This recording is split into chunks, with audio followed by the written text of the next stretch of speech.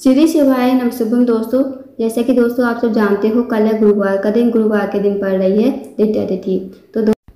तो दोस्तों आपको लगातार 7 गुरुवार ये उपाय करना है। यदि आप इस उपाय करते हो ना, तो आपकी जो भी इच्छाएं हैं, जो भी मनोकामनाएं हैं, वो मनोकामनाएं आपकी अवश्य ही पूर्ण हो जाएगी। बस गाय को आपको एक ऐसी चीज़ खिलाकर आनी है जिसे खिलाने से आपकी सारी मनोकामनाएं बहुत जल्द पूरी हो जाएंगी।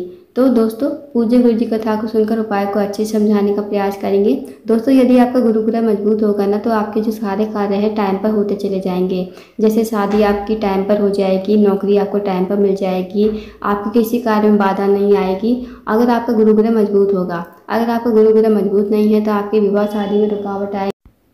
आप जिस भी कार्य को करने जाओगे वो कार्य में आपको सफलता कभी नहीं मिलेगी। आपकी नौकरी में बाधा आएगी, आपकी शिक्षा में बाधा आएगी यदि आपका गुरुग्रह मजबूत नहीं होगा। तो दोस्तों यदि आप चाहते हो कि आपका गुरुग्रह मजबूत हो जाए, तो बस आपको 7 गुरुवार लगातार इस उपाय को करके देखना है। जो भी आपकी मनोकामना है, इच्छाएँ हैं, साथ ही इस उपाय करने से आपका गुरुग्रह मजबूत हो जाएगा।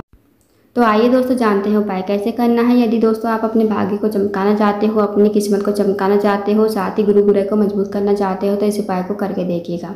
इस उपाय करने के लिए आपको लेनी है चने की दाल। चने की दाल 1 कटोरी लीजिए। 1 कटोरी में आपको चने की दाल भर लेनी है। साथ ही आपको लेना है गुड़ का टुकड़ा।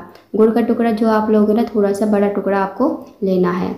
और आपको इस चने की दाल और गुड़ के टुकड़े को लेकर जाना है कहीं भी गौशाला। अगर आपके घर के पास गाय माता है तो वहाँ चले जाइए। अगर आपके घर पर ही गाय माता आती हो तो वहाँ पे आप इस उपाय को कर सकते हो। इस उपाय को आपको लगातार 7 गुरुवार करना है। अब आप गौशाला चले जाइए और चने की दाल और गुड़ को आपको गाय माता को खिला देना है। यदि आपके घर पर गाय माता आती है तो आप अपने घर पर खिला सकते हो गाय माता को। अगर आपके घर के आसपास गाय माता है तो आप वहाँ भी चने की दाल गुड़ का टुकड़ा आपको खिलाना है। इस उपाय को आप लगातार 7 गुरुवार करके देखिए दोस्तों। जो भी आपका दुर्भाग्य सौभाग्य बदल जाएगा, साथ ही आपकी किस्मत चमक जाएगी और आपका भाग्य भी इस उपाय को करने से चमकने लगेगा। तो दोस्तों करके देखिएगा। इस उपाय को बहुत ही अचूक और विशेष उपाय है गुरुवार के दिन करने वाला। आप जानते हैं दोस्तों अगले उपाय के बारे में। अगला जो उपाय है दोस्तों मुक्ति के लिए। यदि आपके घर में कोई व्यक्ति काफ़ी लंबे समय से बीमार पड़ा है, उसकी जो बीमारी है दूर होने का नाम नहीं ले रही है, तो आप इस उपाय को अवश्य कीजिए। इस उपाय करने के लिए आपको लेना है एक लोटा जल तांबे के पात्र में। साथ ही आपको लेनी है 1 बेलपत्र। जो बेलपत्र लोगे आप कहीं से कटी फटी खंडित नहीं होनी चाहिए। और आपको चले जाना है शिव जी के मंदिर में।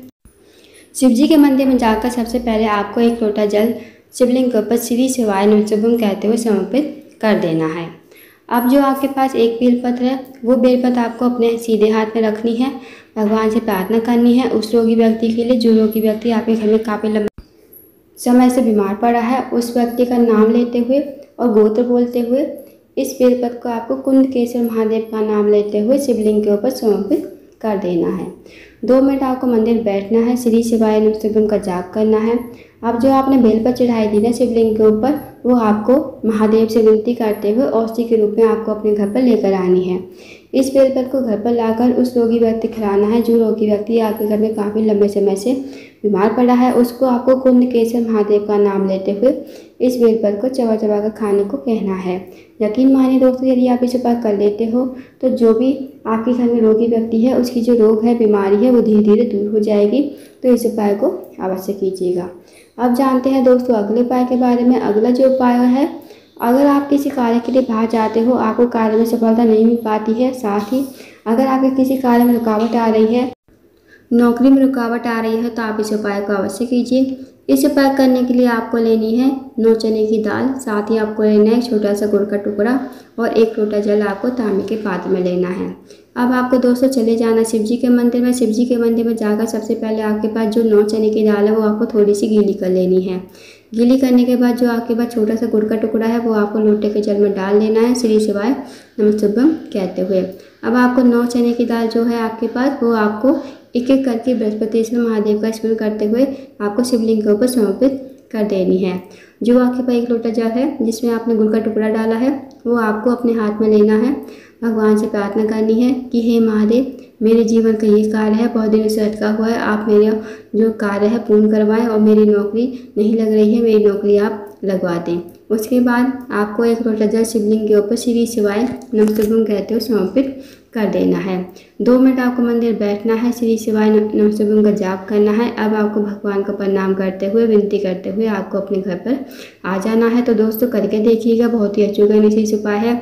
इस उपाय को यदि आप करते हो तो जो भी आपका कार्य अटका हुआ है वो कार्य आपका पूर्ण हो जाएगा। अब जानते हैं दोस्तों अगले उपाय के बारे में। दोस्तों अगला जो उपाय है, अगर आपके जीवन धन की कमी है, पैसों की तंगी है, आर्थिक तंगी से बहुत ज़्यादा परेशान हो, आपके घर में माता लक्ष्मी का वास नहीं है, माता लक्ष्मी आपसे रूठी हुई है, तो इस उपाय को करके देखिएगा। इस उपाय को करने के लिए आपको लेना है 1 लोटा जल तांबे के पात्र में, साथ ही आपको लेनी है 5 हरे मूंग के दाने और 1 बेलपत्र। जो आप बेलपत्र लोगे, हरे मूंग के दाने लोगे, वो खंडित नहीं होनी चाहिए, इस बात का ध्यान रखना। अब दोस्तों आपको चले जाना शिव जी के मंदिर में। शिव जी के मंदिर में जाकर सबसे पहले आपको 1 लोटा जल शिवलिंग के ऊपर श्री शिवाय नमः कहते हुए समर्पित कर देना है। उसके बाद जो आपके पास 5 हरे मूंग के दाने हैं वो आपको माता आसोसुंदी के स्थान पर समर्पित करने हैं। दोस्तों माता आसोसुंदी का जो स्थान होता है वो जलाधारी के बीचों बीच में होता है, मोटी सी लाइन बनी होती है नाग देवता की तरह। तो वहाँ पर आपको 5 हरे मूंग के दाने समर्पित कर देने हैं और 1 बेलपत्र भी आपको माता आसोसुंदी के स्थान पर ही समर्पित कर देना है।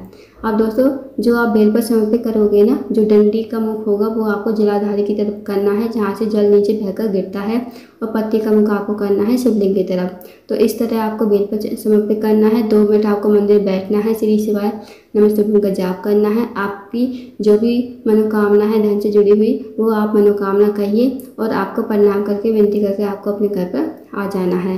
तो दोस्तों करके देखिएगा, बहुत ही अचूक उपाय है। इस उपाय को यदि आप करते हो तो आपके जीवन से धन की सारी समस्याएं दूर हो जाएंगी और आपके घर में माता लक्ष्मी का वास हमेशा ही होगा। तो इस उपाय को करके देखिएगा। तो दोस्तों ये थे कुछ विशेष उपाय जो आपको गुरुवार के दिन करने हैं। इन उपाय को अवश्य कीजिए। अगर आपको जानकारी पसंद आई हो, वीडियो को लाइक करें, शेयर करें, चैनल को जरूर सब्सक्राइब करें। कमेंट बॉक्स में श्री शिवाय नमः हर महादेव जरूर लिखें।